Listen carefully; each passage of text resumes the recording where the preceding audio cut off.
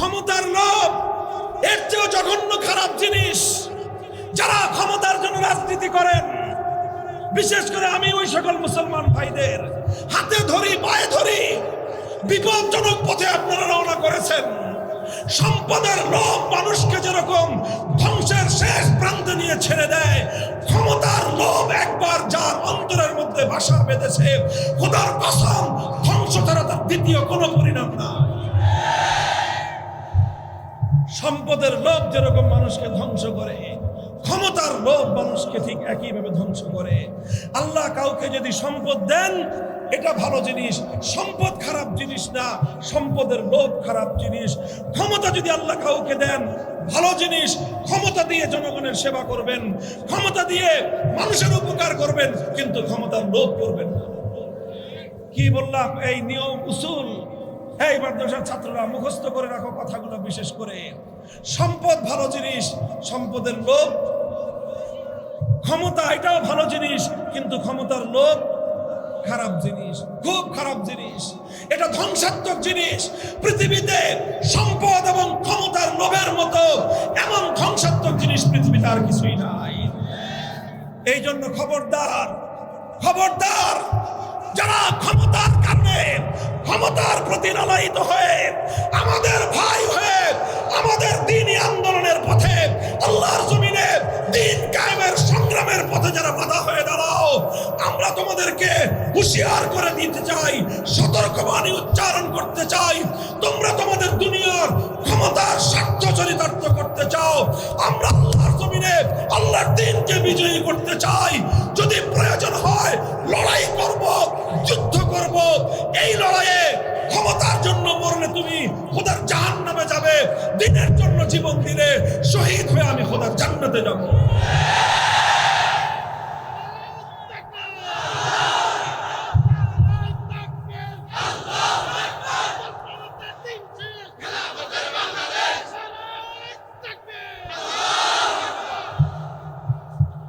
মোহতারাম হাজিরিন, এটা হলো খারাপ লোভের কথা আমি আলোচনা করলাম। আপনারা আমার কথাটা বুঝতে পেরেছেন? এত এত আস্তে আওয়াজ, মনে হলো এত মানুষের মধ্যে 2-4-10 জন বুঝেছে। সবাই বুঝেছেন? দোয়া করেন আল্লাহর কাছে, সবাই দোয়া করি, আল্লাহ তুমি আমাদেরকে দুনিয়ার মাল এবং ক্ষমতার লোভ থেকে বাঁচাও। আরো জোরে বলেন, আল্লাহ তুমি আমাদের সকলকে দুনিয়ার সম্পদের লোভ আর দুনিয়ার ক্ষমতার লোভ থেকে তুমি আমাদেরকে রক্ষা করো। কারণ সম্পদের লোভ, ক্ষমতার লোভ এই পৃথিবীতে ধ্বংসাত্মক জিনিস। এর চেয়ে বড় ধ্বংস, এর চেয়ে বড় খারাপ জিনিস পৃথিবীতে আর নাই। আল্লাহ হেফাজত করেন। এটা হলো খারাপ লোভ। আরেকটা লোভ হলো ভালো লোভ, আরেকটা লোভ হলো কল্যাণের লোভ, আরেকটা লোভ হলো যেটা আল্লাহ রাসূল সাল্লাল্লাহু আলাইহি ওয়াসাল্লাম যেই লোভের কথা প্রশংসা করেছেন। আল্লাহর পয়গম্বর বলেছেন, মান হুমান লা ইয়াশবান, দুজন মানুষের অন্তরের মধ্যে লোভ তৈরি হয়, আর এই লোভ যার অন্তরের মধ্যে একবার তৈরি হয়, এই লোভ কোনোদিন শেষ হয় না। এই লোভ থেকে কোনোদিন একটা মানুষের অন্তরের মধ্যে তৃপ্তি আসে না। একটা হলো দুনিয়ার লোভ, আর একটা হলো কল্যাণ এবং আখিরাতের লোভ। আখিরাতের লোভ রাখবেন, আখিরাতের লোভ। বলবেন হুজুর আখিরাতের লোভ কি জিনিস? আখিরাতের লোভ হলো এই, নামাজ পড়তেছি, নফল নামাজ তো পড়া হচ্ছে না, শুধু ফরজ নামাজটা কোন রকম পড়তেছি। নফল নামাজ পড়া দরকার, নফল নামাজ পড়ার লোভ তৈরি করবেন। সকালবেলা নফল পড়া হয়, সন্ধ্যাবেলা নফল পড়া হয় না, লোভ তৈরি করবেন সন্ধ্যাবেলায় নফল নামাজ যেন পড়া হয়। নামাজের লোভ তৈরি করবেন, নামাজ যদি বেশি বেশি পড়ার সৌভাগ্য হয়। কোরআন পড়ার লোভ তৈরি করবেন, যে আমার তো কোরআন পড়া হচ্ছে না, কোরআন বেশি বেশি পড়ার জন্য লালায়িত হবেন। কোরআন পড়তেছেন, মানুষের জন্য দান খয়রাত করার সৌভাগ্য হচ্ছে না, মানুষের মধ্যে দান খয়রাত করার লোভ নিজের অন্তরের মধ্যে সৃষ্টি করবেন। এইভাবে প্রত্যেকটা ভালো কাজের জন্য নিজের অন্তরের মধ্যে লোভ এবং লালসা সৃষ্টি করতে হবে। এই ড্রোন ক্যামেরা যার, এটাকে পিছনে নেন, মানুষের দৃষ্টি মানুষের দৃষ্টিভঙ্গি, মানুষের মনোযোগ নষ্ট করতেছে। আপনারা লক্ষ্য করেন, এদিকে লক্ষ্য করেন, আমার অন্যদিকে তাকায় না। এই জন্য মোহতারাম হাজিরিন, কল্যাণের পথে লোক ভালো আগাইতে হবে। কোনোদিন নিজের ব্যাপারে এরকম তৃপ্ত হয়ে যাবেন না যে মাশাআল্লাহ যতটুকু করতেছি আর দরকার নাই, নামাজ যা পড়তেছি আর দরকার নাই, রোজা যা রাখতেছি আর দরকার নাই, এরকম চিন্তা কোনোদিন করবেন না। কোরআন হাদিস যতটুকু পড়তেছি আর দরকার নাই, এমন কথা কোনোদিন চিন্তা করবেন না। আল্লাহর দ্বীনের জন্য কাজ করতেছি আর কাজ করার দরকার নাই, অনেক কাজ করে ফেলেছি, অনেক কিছু উল্টে ফেলেছি, খবরদার এরকম চিন্তা কোনোদিন করা যাবে না। বরং কাজ বাড়াইতে থাকতে হবে। আপনি 10 কদম এগিয়েছেন, এবার 100 কদম আগানোর চিন্তা করেন। 100 কদম আগিয়েছেন, এবার 1000 কদম অগ্রসর হওয়ার চেষ্টা করেন। 1000 কদম অগ্রসর হয়েছেন, এবার 10,000 কদম অগ্রসর হওয়ার চেষ্টা করেন। আপনার নিজের জিন্দগিতে আপনি আল্লাহর দ্বীনকে বিজয়ী করেছেন, এবার পরিবারকে টার্গেট করেন। পরিবারের জিন্দগিতে আল্লাহর দ্বীনকে বিজয়ী করেন। আপনার পরিবারে আল্লাহর দ্বীন কায়েম হয়েছে, এবার আপনার মহল্লায় আল্লাহর দ্বীন কায়েম করার চিন্তা করেন। আপনার মহল্লায় আল্লাহর দ্বীন কায়েম হয়েছে, এবার গোটা গ্রামের মধ্যে, গোটা পাড়ার মধ্যে আল্লাহর দ্বীনকে জিন্দা করার, আল্লাহর দ্বীনকে কায়েম করার চিন্তা করেন। গোটা এলাকায় পাড়ায় আল্লাহর দ্বীন জিন্দা হয়ে গিয়েছে, এবার গোটা রাষ্ট্রের মধ্যে আল্লাহর কোরআনের রাজ কায়েম করার চিন্তা করেন। রাষ্ট্রে যখন আল্লাহর কোরআনের রাজ কায়েম হবে, तमाम পৃথিবী জুড়ে আল্লাহর কোরআনের শাসন, ইসলামী হুকুমত, কোরআনের রাজ কায়েম করার ধান্দা নিয়ে, কোরআনের রাজ কায়েম করার মিশন নিয়ে মাঠে নামতে হবে।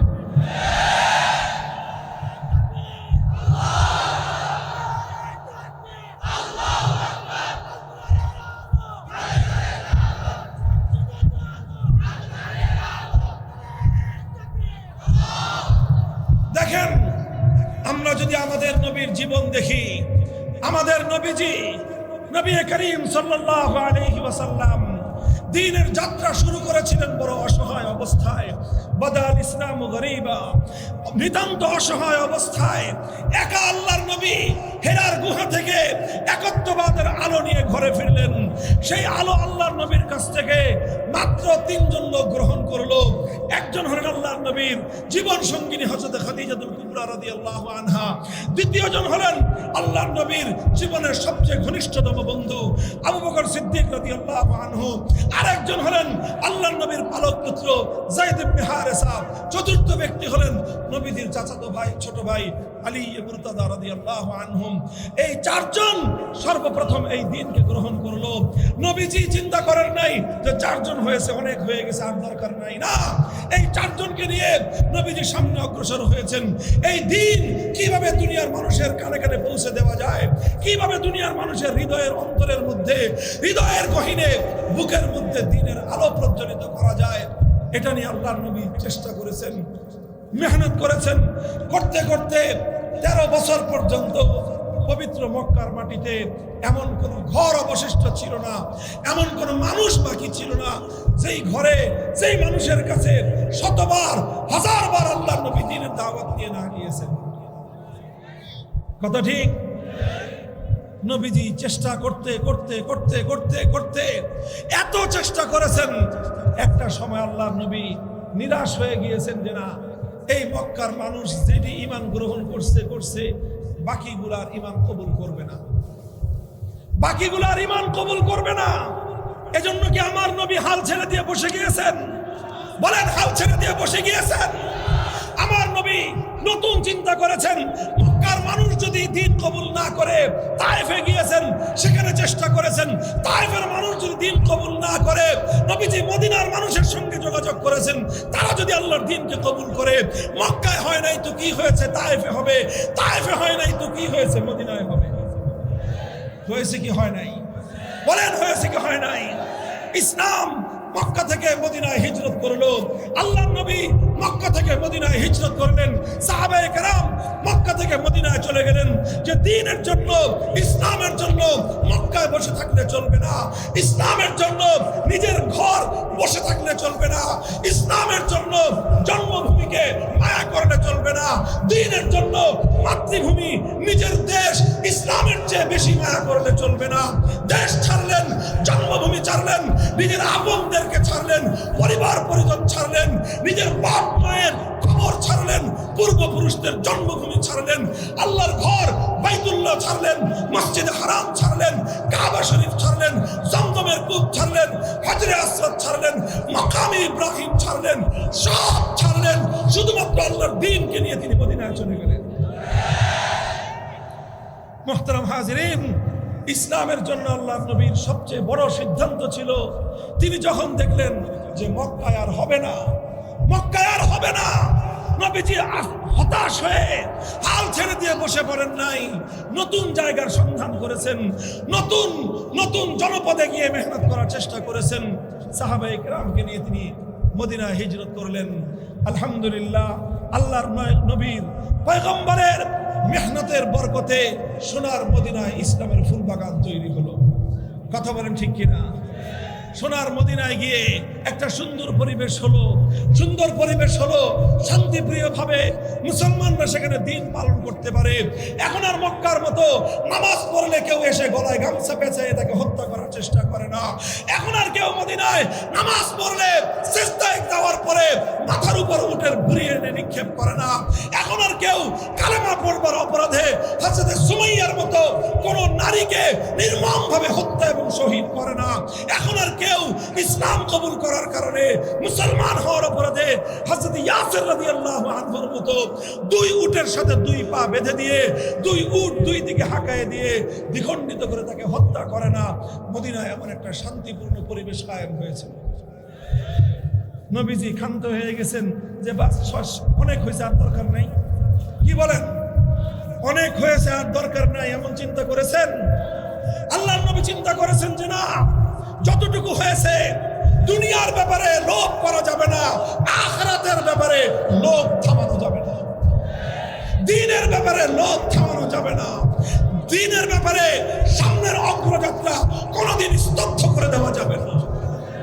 আমার নবী মদিনায় শান্তিপূর্ণ পরিবেশ পেলেন, নিরাপদ পরিবেশ পেলেন, ইসলাম নিয়ে ধর্মকর্ম করে শান্তির সঙ্গে মদিনায় বসবাসের সুযোগ পেলেন। আল্লাহর নবী এতটুকুতেই ক্ষান্ত হলেন না, নবীজি সামনে আরেক ধাপ অগ্রসর হলেন। এটা ছিল আল্লাহর নবীর দ্বিতীয় বড় ধরনের পদক্ষেপ। সামনে আগাতে হবে, সামনে আগাতে হবে, দ্বীন নিয়ে সামনে আগাতে হবে, কল্যাণ নিয়ে সামনে আগাতে হবে, মঙ্গলের জন্য সামনে আগাতে হবে। আমার নবী মদিনায় হিজরত করার 1 বছরের মাথায় ঘোষণা করলেন, এখন থেকে ইসলাম শুধু মদিনায় নিয়ে আমরা বসে থাকবো না। এতদিন পর্যন্ত আমাদেরকে যারা আঘাত করত, আমরা পাল্টা আঘাত করতাম না। এতদিন পর্যন্ত মক্কার কুরাইশের লোকেরা আমাদের এক গালে চর মারলে আমরা আরেক গাল পেতে দিয়ে বলতাম, ভাই আরেকটা চর মারেন, কিন্তু আমার কথা শুনে যান। এই নরম ভাবে অনেক চেষ্টা করেছি, সোজা আঙ্গুল দিয়ে ঘি উঠানোর চেষ্টা 14 বছর পর্যন্ত করেছি, কিন্তু ঘি বেশি উঠে না। নবীজি এবার সিদ্ধান্ত নিলেন, উযিনা লিল্লাযীনা ইউকাতালুনা বিআন্নাহুম যুলিমু ওয়া ইন্নাল্লাহা আলা নাসরিহিম লাকাদির। আল্লাহর কোরআনের আয়াত নাযিল হলো, আল্লাহ পাক নবীজিকে পারমিশন দিলেন, ওগো আল্লাহর নবী, মক্কা থেকে মদিনায় এসেছেন, ইসলামের এক ধাপ অগ্রগতি হয়েছে। এখানে ইসলামের অগ্রগতি সম্পন্ন হওয়ার নয়, এখানে ইসলামের অগ্রগতি থেমে যাওয়ার নয়, আপনাকে আরো সামনে অগ্রসর হতে হবে। আর সামনে অগ্রসর হওয়ার জন্য এবার আপনি দ্বিতীয় কদম রাখেন, দ্বিতীয় ধাপে আপনি উত্তীর্ণ হন, দ্বিতীয় ধাপে আপনি পদক্ষেপ গ্রহণ করুন। এখন থেকে নিয়ম হলো, যারা মুসলমানদের উপর জুলুম করতে আসবে, যারা ইসলামের উপর আঘাত করতে আসবে, এখন আর শুধুমাত্র নীরবে আমরা আঘাত সহ্য করব না। আল্লাহর দ্বীনের উপর, মুসলমানদের উপর যেই কালো হাত আঘাত করতে আসবে, সেই কালো হাত ভেঙে গুড়িয়ে দিতে হবে।